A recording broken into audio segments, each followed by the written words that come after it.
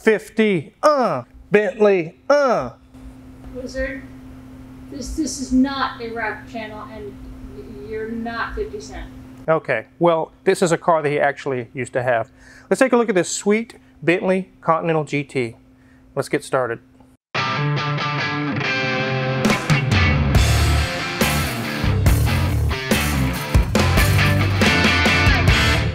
So this customer is actually a friend or an acquaintance of Hoovie from Hoovie's Garage, and he decided to have his Bentley GT brought up here. This is a 2006 Bentley Continental GT. There's a lot of really cool things about this car, but one really cool thing is it has just a little over 5,000 miles. Not 50,000, 5,000 miles. It's in very good shape, except for a few items, and we're going to talk about that here in a minute. We've worked on several of these in the shop, and I really enjoy working on them. There's some common issues that they have throughout the years when they get age on them. Luckily, this doesn't have one of them. We'll show you guys that here in a minute. We'll go ahead and take a look in the engine bay. Let's start there, Mrs. Wizard. These are always fun to give a new mechanic and say, open the hood, and they will spend 15 minutes going. Wizard, pull the B. Yes, the B is the hood secondary latch on these. You pull up on the hood, you see the B popped up, and you pull it. Just like that. And here's our 6-liter twin-turbo W12 engine. And yes, everything about this car is Volkswagen Audi. It screams Audi, even though it's a Bentley. These have about 550 horsepower and 480 pound-feet of torque, 0 to 60 in 4.9, quarter mile in 12.8, and it's nearly a 200-mile-an-hour car. That was one of the big selling points with these cars when they were new, that you can hit 195, possibly 200 with one of these cars, and do it in comfort and luxury. These are not fun to work on. If you have to do the coil packs, you have to take all these air cleaner off and the plenum out of the way. You guys remember a black one we had in my shop in Halstead? It was actually Hoovie's. It was some sort of a Russian mobster deal from Russia. Very, very sketchy past. And actually that car was purchased by Tavares, and it was on his channel for a while. I don't know where it's at now though. That one was very, very rough, very bad condition. This one is very nice condition. It's in very good shape. Being that's a W12 engine, that is how they're able to fit 12 cylinders in a short area. The cylinders are staggered, just like in this picture. It's a very strange arrangement, but it works very well. You can fit a large engine in a small area, small package, I guess you could say. There's not a whole lot going on under here. We did do an oil change service on it. There's nothing really wrong with the engine. Let's go ahead and take a look around the car and check this thing out. Now we push the B. Done. So here's the iconic Bentley Continental front end. When you see this in your rear view mirror, you don't say, oh look, it's a Chevy Cavalier.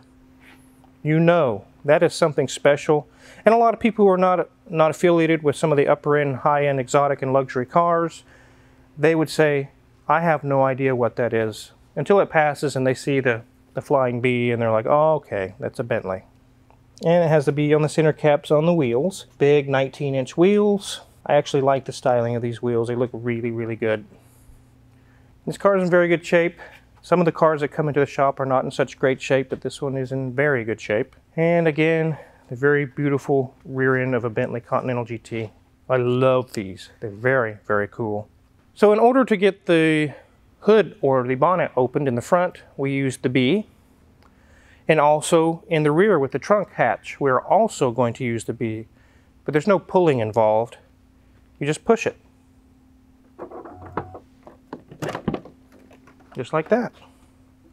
There we have a charger and some interior pieces. We have removed the headliner, and we're going to talk about that here in a minute. But that is how you open the rear trunk. There's our fuel door. The very bright, beautiful wheels again. As you can see as we've walked around, it's not dinged up or scratched or beat up. It's very nice. I really love the stance of these cars. It's kind of a short squatty stance, but it's a big wide body car. I really like these cars, really like them a lot. So here we are, ladies and gentlemen, in the beautiful, beautiful interior. Unfortunately, we got a few pieces dangling in our view, but I promise we'll get to that in just a second. But this is just beautiful. Has a mix between gray and a kind of a soft gray blue leather. The dash is wrapped as well. And we have lots of lovely, lovely wood trim wrapping everything. If we look at our gauge cluster, it indeed can, at least it says it can go 200 miles an hour. At least the gauge will at least read up to that speed. And as the wizard said, it is just over 5,000 miles. That is insane. This definitely has been a garage princess with all the great condition of everything. Classic Bentley center console here. Everything is nicely arranged and simply put away. If we switch to the center, one fun thing, if we open this up, is it does have the option, split sides, for the Bentley phone. Not sure where the one on the driver's side is, but it was going to be there. These also can lift up, which also hides a drink holder or a little cubby spot, whichever you'd like it to be. Easy to switch out between the two, and again, covers as well. One thing that I find is interesting is that they still are providing an ashtray, which I find very interesting, considering who would want to smoke in this lovely of car. As you look at the leather seating, it is in really good shape. There's a gray soft dove leather in the back seat. We have 2 bucket seats and a little bit of leg room back there. And I wouldn't say a whole lot, but there are some amenities. We again have the hidden drink tray area. It's in there. Again, more smoking if we need to, and the centerpiece does lower to create an armrest between the 2 people. Now, the elephant in the room is this. Not looking so good up there, but that's what we're going to be talking about next. So why don't we go find the wizard and see what is going on up here. That is not standard Bentley equipment. So yes, as you just saw, Mrs. Wizard annotated that the headliner is not damaged. It's completely missing out of this car. And there's a good reason for that. It's because Magic Mike has removed it. It is currently at low-end upholstery. One of the concerns with this car that the customer brought it here for was the headliner was starting to sink. It's starting to come separated from the actual board up top. And he just didn't want to just take it to anybody and have that done. He wanted it done properly. This is going to be expensive. This is going to be the most expensive thing that we do to this car while it's here. You guys know it's a Bentley. You don't get in a hurry with power tools inside the interior and start putting tears and runs on the nice leather. You take your time and you very softly and gently take the interior apart. This is not something you do for a speed race to try to beat the time or try to beat the book time on it. You don't do that on these cars. Magic Mike took his time and he got the headliner out without damaging anything. He did a very good job. And like I said, it's currently at low-end upholstery. The tricky thing here is that the entire headliner is covered in that expensive Bentley leather that smells so good. You don't just go to a corner store and buy a roll of Bentley leather. I don't even know where you would buy that at. I don't even know if you can. And especially matching identical color. I talked with Low-End Upholstery and he said what he can do is scrape all the old foam adhesive and everything off, not only the board, the headliner board, but the leather itself, and clean it, and it's going to be very time consuming. Then he will just put new foam, which has adhesive on top and bottom, and reuse the old leather, and it will look just like new and be held up properly. Normally this is not the way you do a headliner because it's so time consuming to do this. When he came here to look at the headliner to see if he wanted to take on the job, he looked at me, he said, "Car Wizard, this is not going to be a $200 headliner. It's going to be way, way north of that." I said that's fine because you can't buy a new headliner. There's none for sale. And the color combinations they use in these cars are so different from one car to the next, you probably would never find the correct combination. I said we have to reuse the old leather. There's no option, so let's go ahead and do it. It had the bluish color on the edges and the center was gray. And it wasn't like where you could just peel and stick different colors. They were hand stitched together as all one unit, one big leather almost. I said go ahead, take your time. We'll go ahead and get this done and we'll put it back in. This car deserves it, guys. 5,000 miles, a 2006 Bentley. You don't redo your headliner in vinyl. You don't redo your headliner in cheap cloth. You do it with the correct leather, which is what we had, the original leather.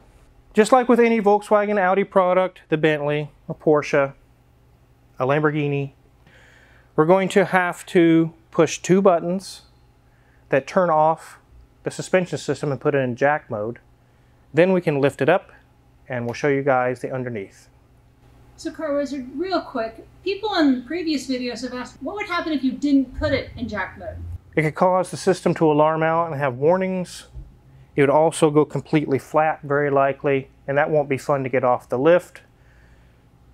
You would have to go drive the car to get it to reset itself, if it reset itself. It may not be happy at all, and you'll have to actually get the scan tool out and go ahead and reset the codes. So it's not so much that it could get damaged, it's just very, very inconvenient. It can cause a lot of extra time that's not needed. So what happens if for some reason somebody has a flat tire on their Bentley alongside the road and they want to jack it up? Do they have to do it for that as well, just with a single one tire jack? Yes. That would be where they need to be familiar with their vehicle. They need to read the owner's manual. If they have a flat tire, they need to pull the owner's manual out and see what are the instructions in order to put it into jack mode. That's why they call it jack mode. Whether you're lifting all four wheels or just one wheel, you need to put it in jack mode. If you're on a vacation, a little trip, and you get a flat tire, you don't want to lift it without putting it in jack mode, get your tire fixed, put it back down, and the rest of your trip is spent wondering, why is it riding all the way down flat, or what in the world's going on? And just follow the owner's manual instructions. I'll go ahead and hit those two buttons now. Wizard, oh, you're not being attacked. Sorry, I thought it was like that movie Birds where the things are attacking you. No, they're not tangling in your hair. Okay, well, let's get this thing in jack mode. We're not going to start the engine, we're just going to turn the ignition on. And then there's two buttons here, a shock absorber and a vehicle lift or lower. We're going to push both of them together for 10 to 20 seconds. And there you can see jack mode.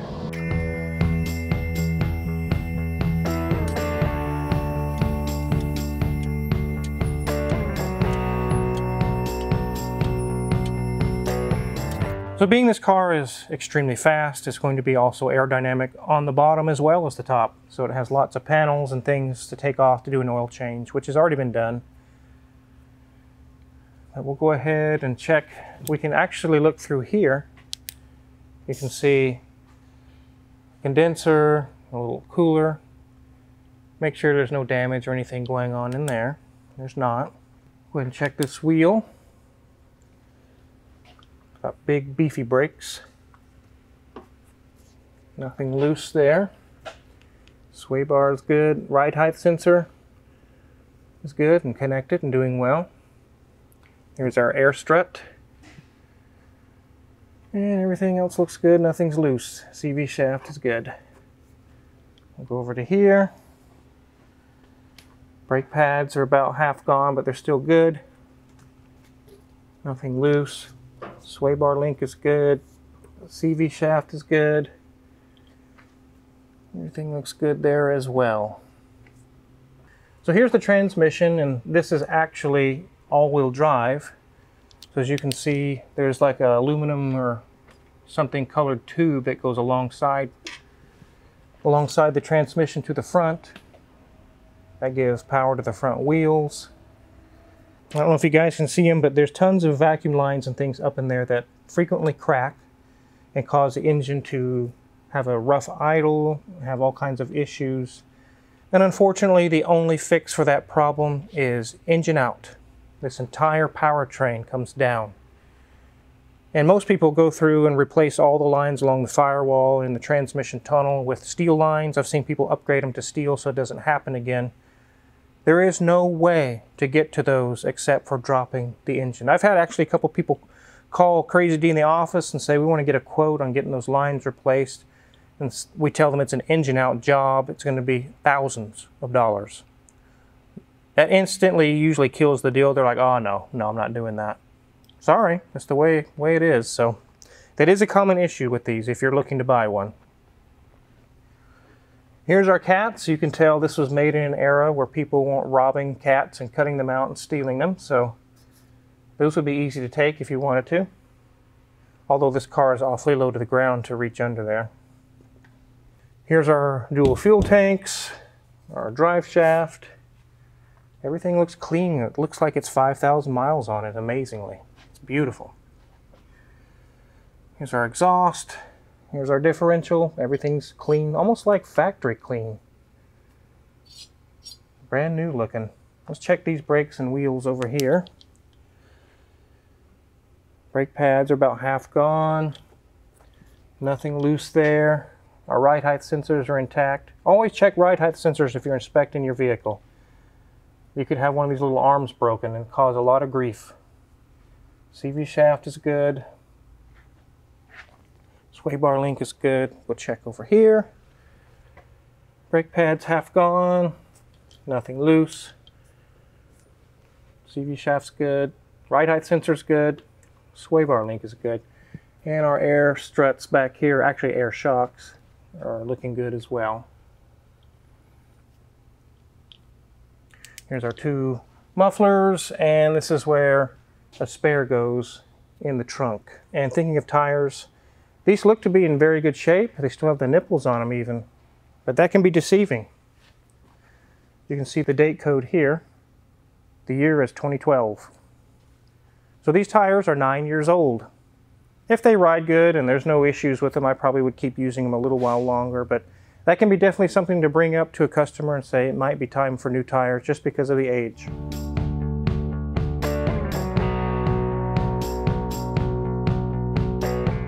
So although this car is in very nice shape, the headliner is going to be very expensive. I'm not sure exactly how much it's going to cost. I won't know until the bill is done and there's really no other option around it.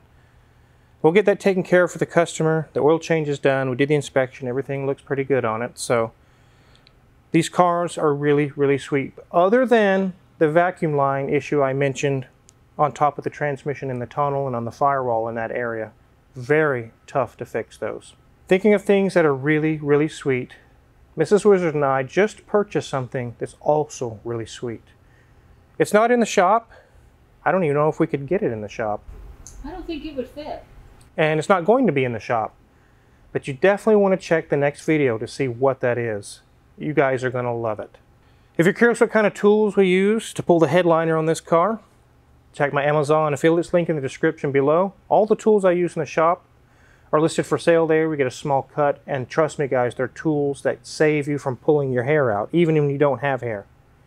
And make sure to hit the subscribe button, because there's more updates coming on this, and there's another project you're going to check out in the next video. Thanks for watching.